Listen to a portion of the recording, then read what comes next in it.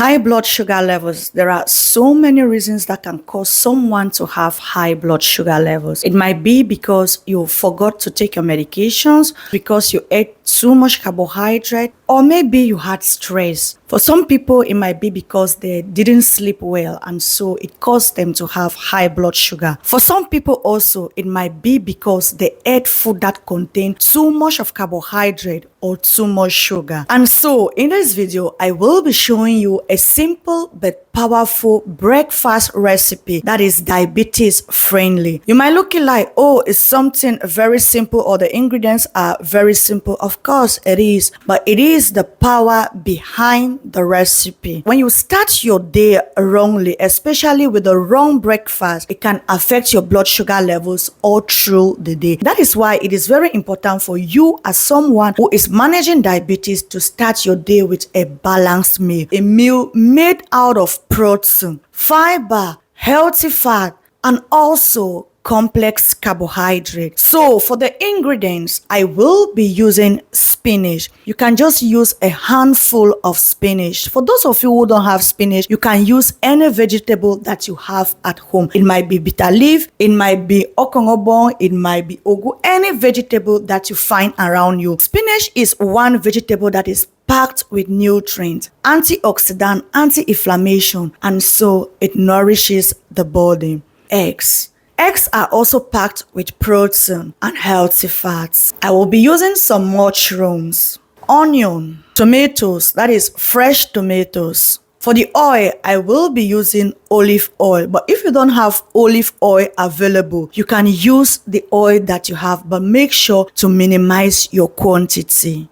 I'll be using the liquid version of Maggi. Most of you as Africans, you are familiar with it. Sometimes I use the powder Maggi. I will not be using salt for this recipe because if you check the nutritive content, you will realize that there is salt already in our Maggi. That is why it is very important for you to always check your food labels. Most importantly, we know that people who are struggling with diabetes, about 80% of those people are already struggling with high blood pressure. So for us not to increase the high blood pressure, you have to watch out with your salt intake. So without talking too much, let's just dive into the preparation.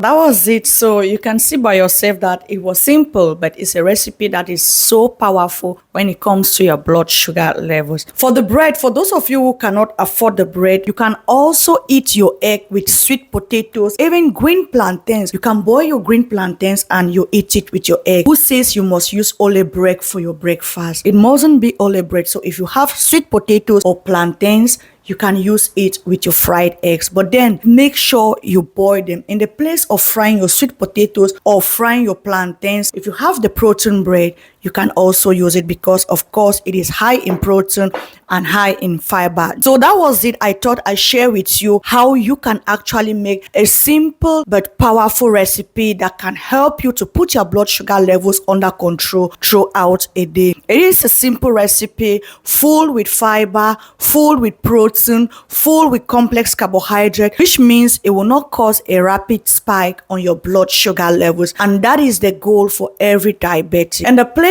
of drinking tea with milk or drinking coffee with milk, just switch it and go in for the green tea. Green tea is very helpful when it comes to blood sugar control because it has antioxidant, anti-inflammation properties, and it also has properties in it which helps to reduce your blood sugar level. So I will advise you to switch that tea and bread for a green tea. If you want to give it more flavor or more taste, you can add some citron into it. Remember, everyone is different, and so some people might have spike in their blood sugar levels after consuming this, while others will have a stable blood sugar level. But if you do have a spike in your blood sugar levels, maybe next time reduce the quantity of potatoes or bread or whatever thing you used in eating your eggs. Just reduce the quantity to half or even 3/4. So that was it for this video. I thought I'd share this recipe with you. Hope you found it helpful and interesting. By the way, don't forget to give this video a thumbs up, and if you haven't yet subscribed to the channel, please make sure to subscribe. Also put your notification bell on so that whenever I post a video, you will not miss out on it. Thank you very much for watching, and I will see you in my next video.